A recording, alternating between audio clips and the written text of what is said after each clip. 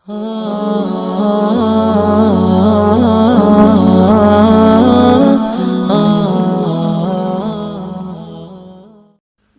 اللہ الرحمن الرحیم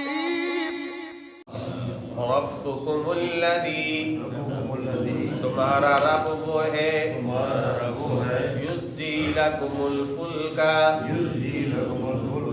جو تمہارے لیے کشتیوں کو چلاتا ہے فی البحر سمندر میں لتبتغوا تاکہ تم تلاش کرو من فضل اس کے فضل سے انہ کان بکم رحیما بے شک وہ تمہارے ساتھ بڑا مہربان ہے وَإِذَا مَسَّكُمُ الضُّرُّ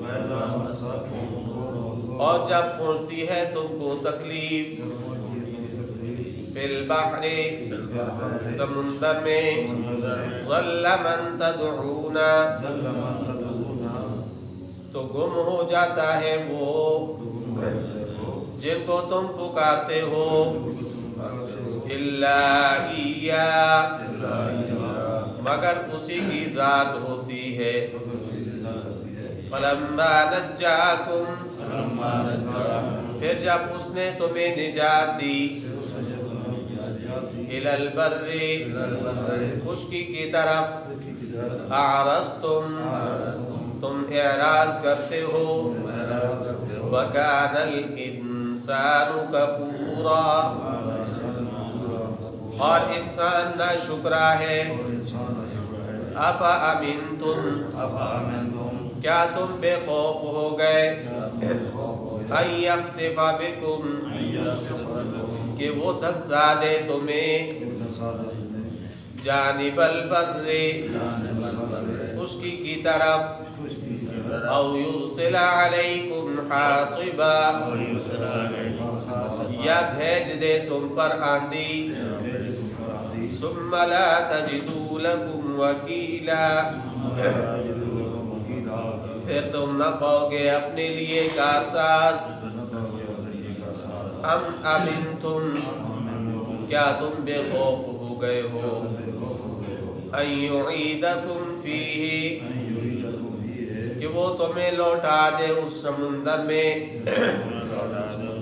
تارتن اخری دوسری مرتبہ فیرسل علیکم پھر وہ بھیجے تم پر قاصفا من الریح تیز ہوا فیغرقکم پھر وہ تمہیں غرق کر دے بما کفرتم اس وجہ سے کہ تم نے کفر کیا ثم لا تجدوا لکم علینا پھر تم نہ پاؤ گے اپنے لیے ہمارے خلاف بھی تبیعا کوئی مطالبہ کرنے والا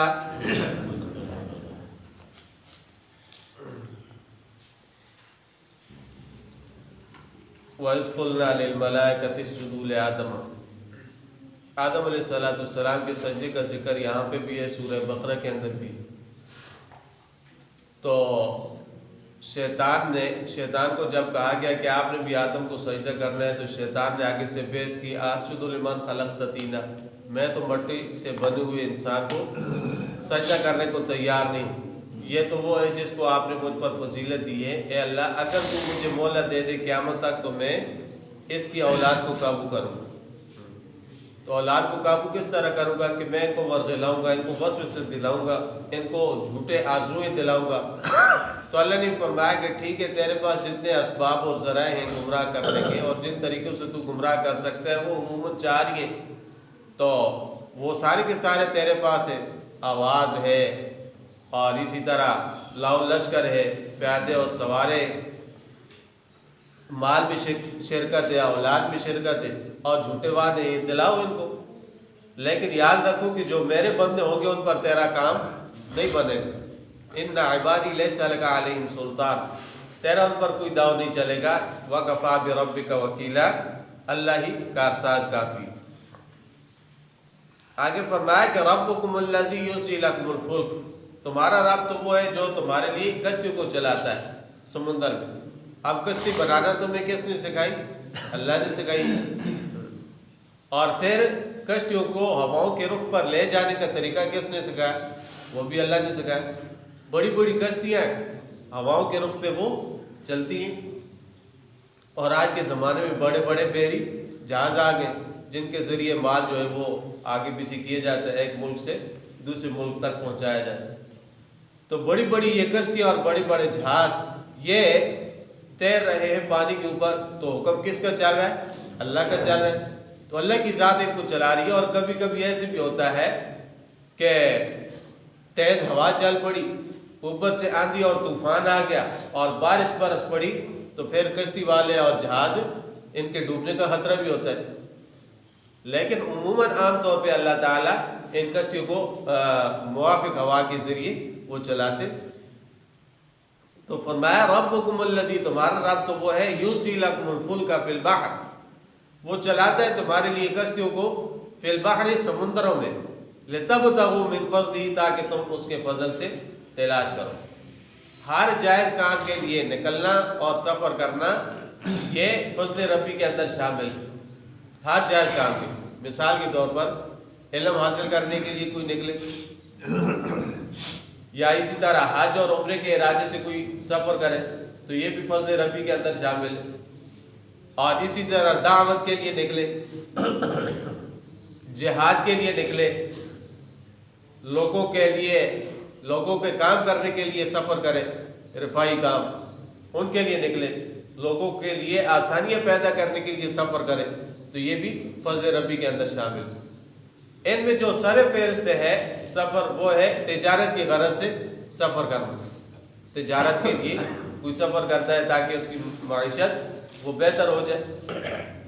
اور آج کل عام طور پر یہ کام جو ہے وہ حکومتی سطح پہ ہوتا ہے کہ ایک ملک وہ دوسرے ملک سے معاہدے کرتا ہے اور پھر مال ایکسپورٹ ہوتا ہے، امپورٹ ہوتا ہے، مال آتا جاتا ہے.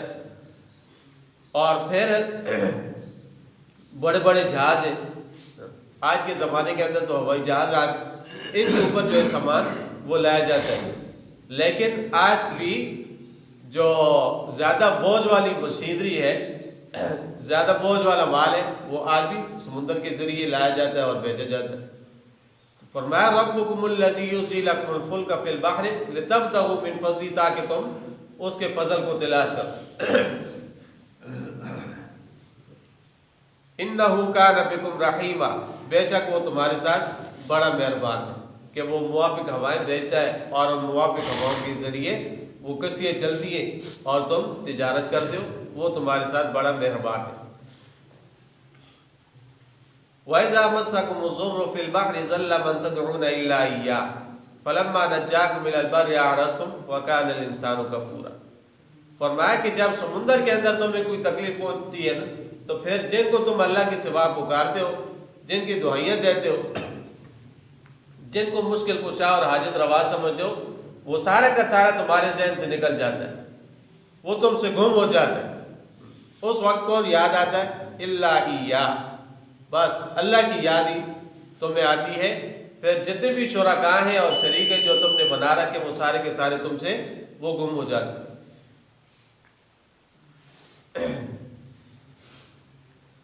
ابو جہل کا بیٹا حضرت اکرمہ رضی اللہ تعالیٰ عنہ جب مکہ فتح ہوا تھا، اس وقت تک یہ مسلمان نہیں ہوئے تھے.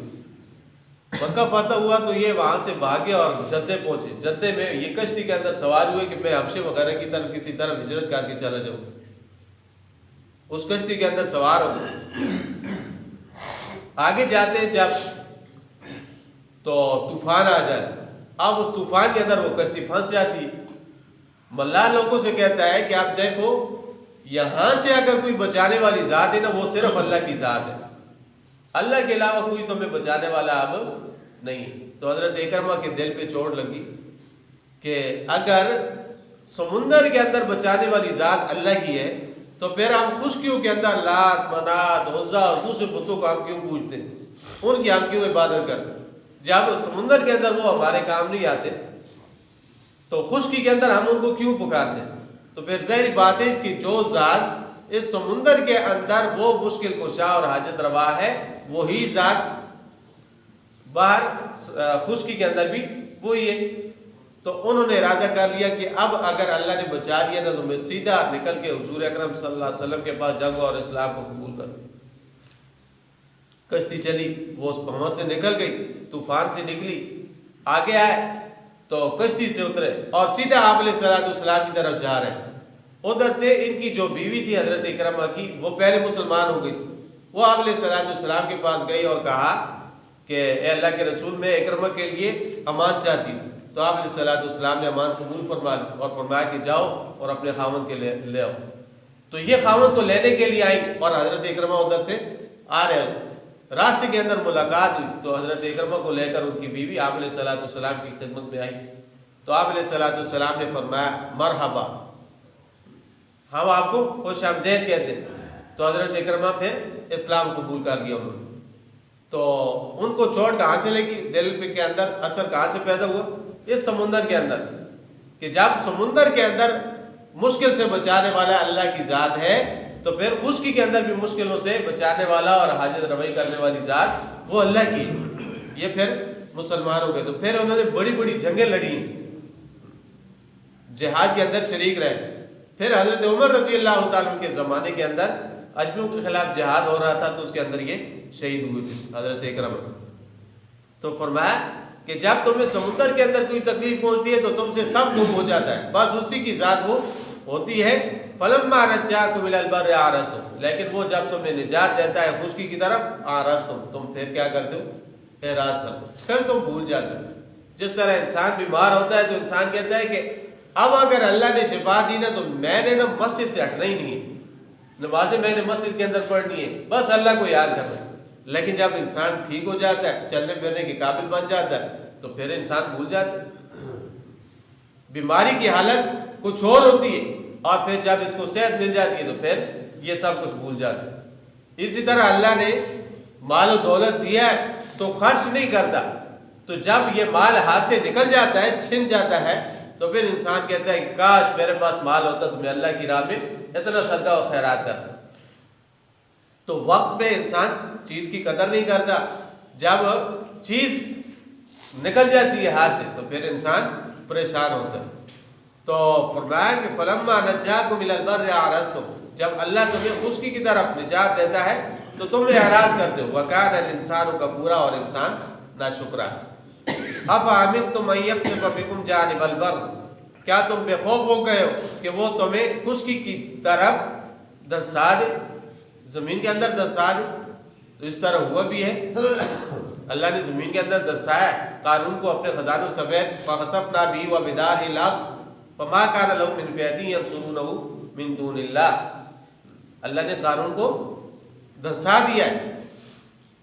اور اسی طرح فرعونیوں کو اللہ نے پانی کے اندر ڈبو کے غرق کر دیا ہے۔ تو ایسی بھی ہو سکتا ہے، کہتے ہیں کہ 1923 کے اندر جاپان میں زلزلہ آیا تھا، تو وہاں پہ ہزار میل لمبی زمین کے اندر دراڑیں پڑ گئی تھی اور لوگ جو ہے زندہ اس زمین کے اندر وہ دھنس گئے تھے، دراڑیں پڑی اور لوگ اس کے اندر دھنس گئے تھے۔ کہتے ہیں کہ اس وقت 1.5 لاکھ انسان زمین کے اندر دھنسے تھے، 1.5 لاکھ۔ تو فرمایا کہ ایسی بھی تو ہو سکتا ہے کہ اللہ تمہیں زمین کے اندر دھنسا دے، اس کے لیے کوئی مشکل نہیں ہے۔ اور یرسل علیکم حاصبا، یا وہ تم پر آندھی بھیج، اور آندھی کے ذریعے اللہ نے قومیں ہلاک کی ہیں۔ پھر ثم لا تجدوا لکم وکیلا، پھر تم اپنے لیے کوئی کارساز نہ پاؤ۔ جب زلزلہ آ جاتا ہے تو کون مدد کرنے والا ہوتا ہے؟ تو اب تو یہ ہوتا ہے نا، پہلے زمانے کے اندر مشرک تھے نا، تو وہ ہمارے زمانے کے مشرکوں سے تھوڑے سے الگ تھے۔ وہ کیا کرتے تھے، وہ عام حالات میں تو غیر اللہ کو پوجتے تھے، غیر اللہ کو، ان کی عبادت کرتے تھے، لیکن جب مشکل کے اندر پھنس جاتے نا تو ان کا نظریہ بھی یہی تھا کہ اب بچانے والی ذات اللہ کی ہے، تو مصیبت کے اندر پھنس کے مصیبت کے اندر وہ اللہ کو پکار دیتے، لیکن ہمارے زمانے کا مشرک آج مصیبت کے اندر پھنس کے وہ پھر بھی غیر اللہ کو پکارتے، وہ غیر اللہ کو پکارتا ہے. تو کوئی کسی اللہ کے ولی کی دعائی دیتا ہے، کوئی کس اللہ کے ولی کو پکارتا ہے. تو یہ جتنے بھی معبود انہوں نے بنا رکھے نا مشرکوں نے، یہ قیامت والے دن انکار کر دیں گے. یہ کہیں گے نا کہ ہم تمہاری عبادت کرتے تھے، تمہیں ہم پوچھتے تھے، تمہیں ہم بلاتے تھے. تو وہ کہتے ہیں ما کنتم ایانا تعبدون، ہماری عبادت تو تم نہیں کرتے تھے. وہ انکار کر دیں گے. تو فرمایا او یرسل علیکم حاسبا، یا تم پر تیز آندھی بھیجے پھر تم کارساز نہ پاؤ. ام امنتم ان یعیدکم فیہ تارۃ اخری، کیا تم بے خوف ہو گئے ہو کہ وہ لوٹا دے تمہیں اس سمندر کے اندر تارۃ اخری، دوسری مرتبہ، یعنی تم دوبارہ سفر کرو اور سمندر کے اندر آؤ. فیرسل علیکم قاصفا من الریح، پھر وہ تم تیز ہوا بھیج دے اور فیغرقکم بما کفرتم، پھر اللہ تمہیں غرق کر دے. اب ظاہری بات ہے جب کشتی چل رہی ہو اور تیز ہوا آ جائے تو تم آپس میں ٹکرا جاؤ، اور جب تم ٹکراؤ تو تمہارے سارے ایک دوسرے کے ساتھ لگ کے کچلے جائیں. ایسے بھی تو ہو سکتا ہے. فیرسل علیکم قاصفا من الریح، پھر اللہ تیز ہوا بھیج فیغرقکم بما کفرتم، تو تمہاری ناشکری کی وجہ سے اللہ تمہیں غرق کر دے. ایسے بھی ہو سکتا ہے. ثم لا تجدوا لکم علینا بہ تبیعا، پھر تم نہ پاؤ اپنے لیے ہمارے خلاف کوئی مطالبہ کرنے والا. یعنی اللہ کی ذات کے بارے میں کوئی پوچھ نہیں سکتا کہ اس نے فلاں کو نجات کیوں دیے اور فلاں کو اس نے سزا کیوں دی. اللہ کی ذات سے کوئی پوچھنے والا نہیں ہے. وہ جس کو چاہے سزا دے اور جس کو چاہے اللہ کی ذات جزا دے. جس کو چاہے وہ پار لگا دے، جس کو چاہے ڈبو دے. یہ اللہ کی ذات ہے. اور ثم لا تجدوا لکم علینا بہ تبیعا، اللہ کی ذات پر کوئی مطالبہ کرنے والا بھی نہیں ہے کہ اللہ تو نے فلاں کام اس طرح کیوں کیا. اللہ کی ذات سے کوئی پوچھنے والا نہیں. اللہ جل شانہ میں شریعت علم اور عمل نصیب. وَلَقَدْ يَسَّرْنَا الْقُرْآنَ لِلذِّكْرِ فَهَلْ مِن مُدَّكِرٍ